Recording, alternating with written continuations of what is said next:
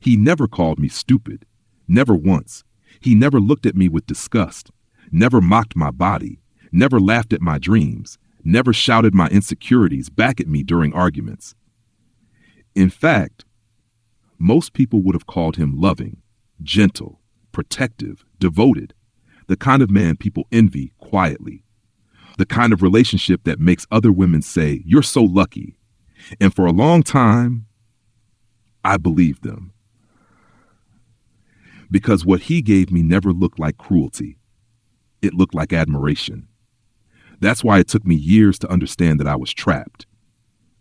What he said was, "You're the most emotionally intelligent woman I've ever met. You're different from other people. You're too deep for shallow success. I love how soft you are.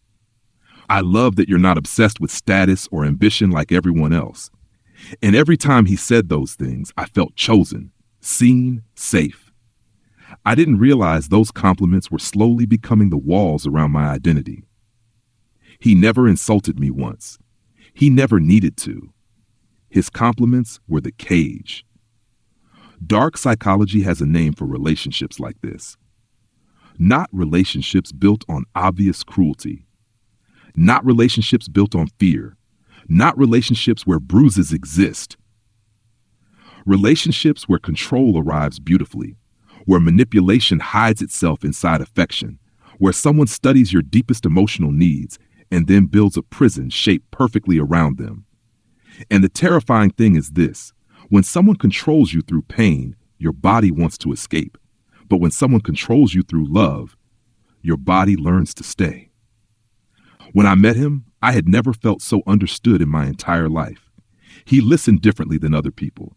Not politely, not casually, deeply. Like every sentence I spoke mattered. He remembered tiny things about me that nobody else ever noticed. The songs I skipped halfway through because they made me emotional. The exact expression on my face when I was anxious but pretending not to be. The way my voice changed when I talked about things I secretly wanted but didn't believe I deserved. And after years of feeling emotionally invisible, that kind of attention feels almost holy. I thought, finally, someone sees me completely. But what I didn't understand back then was that he wasn't only seeing me, he was defining me. The compliments started immediately, constant, specific, beautifully crafted. "You're not like other women. You don't need attention to shine. You're too authentic to become one of those career-obsessed people. You're the kind of person who belongs in a quiet, beautiful life." At first, those words felt romantic, but slowly, almost invisibly, they started shaping the borders of who I was allowed to become without threatening the version of me he loved most.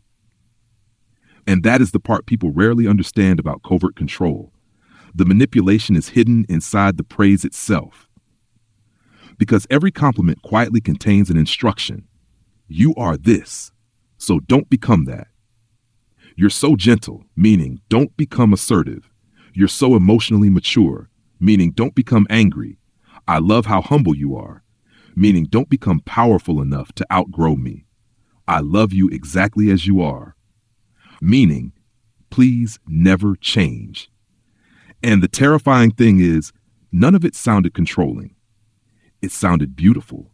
That's why I defended him for years, because technically he never did anything wrong. He supported me, encouraged me, praised me constantly. But somehow, after every conversation with him, I felt slightly smaller than before. Not shattered, not attacked, smaller. And little by little, I began adjusting myself around his approval. Without realizing it, I started abandoning versions of myself that no longer matched the woman he admired most. I stopped talking about certain ambitions, stopped applying for opportunities that felt too aggressive, stopped expressing opinions that sounded too independent, stopped dreaming loudly, stopped expanding. Because every time I moved toward becoming someone bigger, he would smile gently, say something soft, something kind, and suddenly I would feel guilty for changing. Like growth itself was betrayal. That is what covert psychological control does. It makes your evolution feel dangerous Not because someone forbids it directly, but because you become emotionally addicted to remaining lovable in the exact form they first adored. Dark psychology calls this deceptive devotion, control disguised as intimacy, restriction disguised as admiration, a golden cage dynamic. Because cages are easiest to stay inside when they are beautiful. I remember one evening sitting alone at my desk after receiving a major opportunity, the kind of opportunity I used to dream about before I met him, and before excitement even reached my body, before pride, before fear. My first thought was, what if he doesn't recognize me anymore after this? That thought broke something inside me, because suddenly I realized I had been organizing my entire identity around staying emotionally recognizable to him. Not authentic, recognizable. I had spent years becoming smaller, careful enough to remain lovable, beautiful enough, soft enough, non-threatening enough, still enough. And then another realization arrived. I no longer knew where his idea of me ended and where I actually began. He had built a portrait of me so delicately, so lovingly, with such emotional precision that eventually I stepped inside it and forgot it was only a portrait. I called it love. But love should never require the death of your becoming.